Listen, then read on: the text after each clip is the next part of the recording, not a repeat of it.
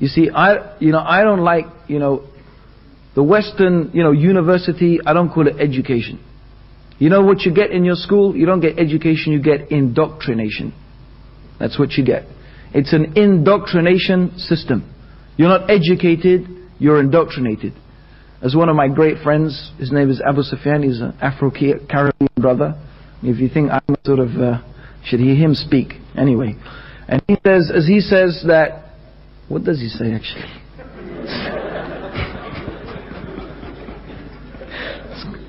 It's gone right out of my mind.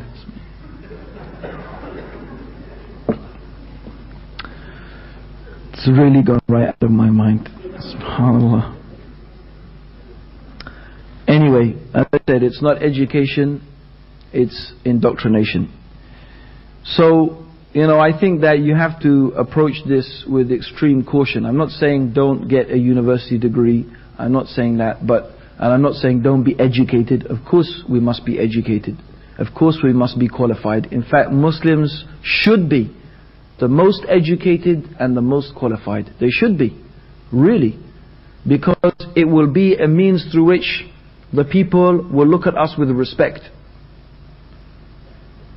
And if you do it for that reason, that you wish to uplift in the eyes of the community, the Muslim community, you want them to look good in the eyes of the community. In other words, this is something that is beneficial. It's something that will be a worship for Allah subhanahu wa ta'ala. But you have to understand that.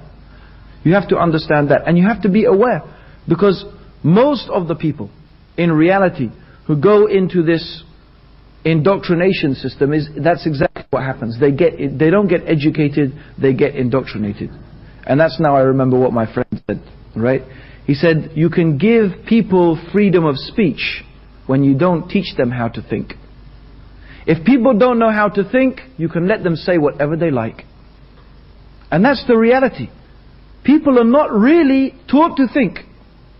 They are not taught to think. They are fed information.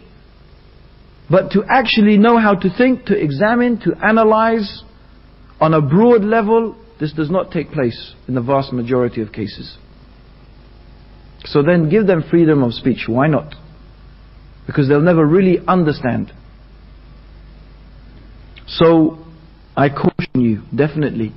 And I caution you not only concerning yourselves, but certainly and even more your children. What are you putting your children into? What environment are you putting your children into? Their environment is Christmas. Christmas time. Oh, you didn't celebrate Christmas? You didn't get any, oh poor you. Didn't get any Christmas presents. Oh dear. Oh well, maybe next year. Then Christmas comes by. Then what is it? It's Easter. Oh, you didn't get Easter eggs. You didn't get chocolate Easter eggs. And then it's the next thing, Australia Day, or I don't know, whatever, right? One thing after the other comes. And this is what your children have to go through. They have to go through this, feeling as if they're missing out on everything. And then Eid comes, and what do? We take them round to see the relatives.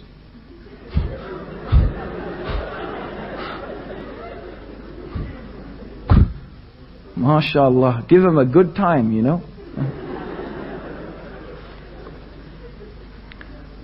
So, really, this is the problem. It's the problem. So we need to really open our own Muslim schools and our own Muslim universities. But that is going to take effort, it's going to take time, it's going to take money, it's going to take dedication. But if you want to save yourselves and your families from the fire, if you want your children and your great-grandchildren to stay Muslims, you're going to have to make that effort, brothers and sisters. You're going to have to start with yourselves. You're going to have to start with setting a good example yourselves. This is very important.